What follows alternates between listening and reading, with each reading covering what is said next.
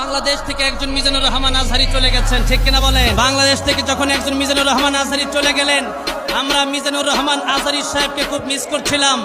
এমন সময় যখন আমি আবরুল হক আসিফ ভাইয়ের কথাগুলো শুনতে পারলাম, আমার কাছে মনে হলো আরেকজন মিজানুর রহমান আজহারী বসে আছে, ঠিক কিনা বলেন? আর আজকের মাহফিলে হাজার হাজার যুবকদের ঢল নেমেছে আবরুল হক আসিফ ভাইয়ের কারণে, ঠিক কিনা বলেন?